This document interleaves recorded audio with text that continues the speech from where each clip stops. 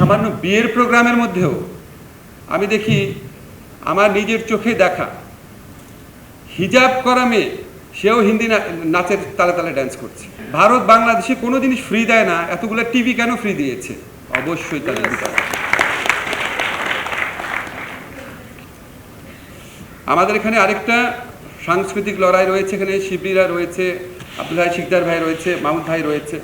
আমাদের এখানে আমি কোনো শত্রুতা বশত বলছি না, আমাদের দেশের সর্বক্ষেত্রে বিশেষ করে সাংস্কৃতিক অঙ্গনে যেভাবে ভারতীয় আধিপত্যবাদ প্রতিষ্ঠা করা হয়েছে অবিশ্বাস্য মাত্রায় চলে গেছে। মাহমুদ ভাই নিশ্চয়ই আপনি 3 মাসের মধ্যে টের পাচ্ছেন।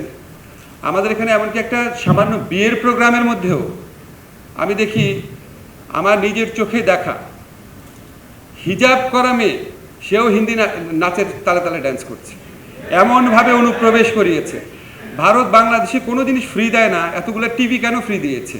নগদের সর্বোচ্চ বার 167 টাকা রিচার্জে পাবেন 1 লাখ টাকা পুরস্কার। আরও আছে প্রতি সপ্তাহে পুরস্কার ও ক্যাশব্যাক। এই সামান্য প্রশ্ন আমরা করতে ভুলে গিয়েছিলাম। তো এই সাংস্কৃতিক আধিপত্যবাদের বিরুদ্ধে লড়াই করতে হবে কোনো অন্য দেশের প্রতি শত্রুতা থেকে না, নিজের আত্মপরিচয়, নিজের আত্মমহিমা, নিজের আত্ম অহংকারকে বোঝার জন্য।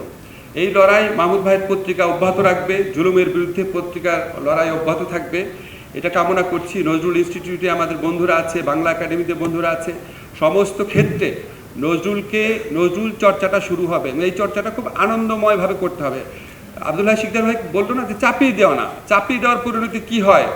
এই শত শত মূর্তি ভাঙার মধ্যে তো আপনারা দেখেছেন। চাপিয়ে দেওয়ার দরকার নেই, এটাকে আনন্দময়ভাবে, উপভোগ্যভাবে, সবার কাছে অংশগ্রহণমূলকভাবে সবার কাছে জিনিসটাকে স্প্রেড করতে হবে।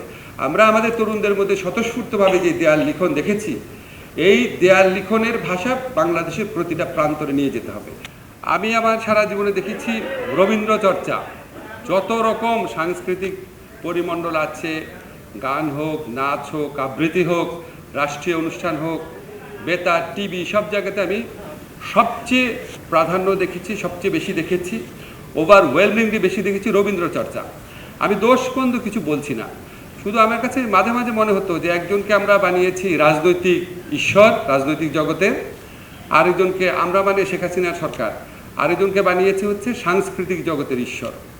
এই ঈশ্বরদের দাপটের কাছে নজরুলের মতো গণমানুষের যারা প্রতিনিধি ছিল তাদেরকে আসলে কোনোদিন সেভাবে তুলে ধরা হয় না। এটা আমার জাস্ট অনেস্ট রিয়েলাইজেশন। তবে আমার নিজের কাছে মনে হয়েছে আমাদের জাতীয় জীবনে আমাদের যে রাজনৈতিক চরিত্র রয়েছে, আমাদের যে সামাজিক চরিত্র রয়েছে, এই রাজনৈতিক সামাজিক চরিত্রে নজরুল অনেক অনেক বেশি রেলিভেন্ট, কারণ উনি বিদ্রোহের কবি।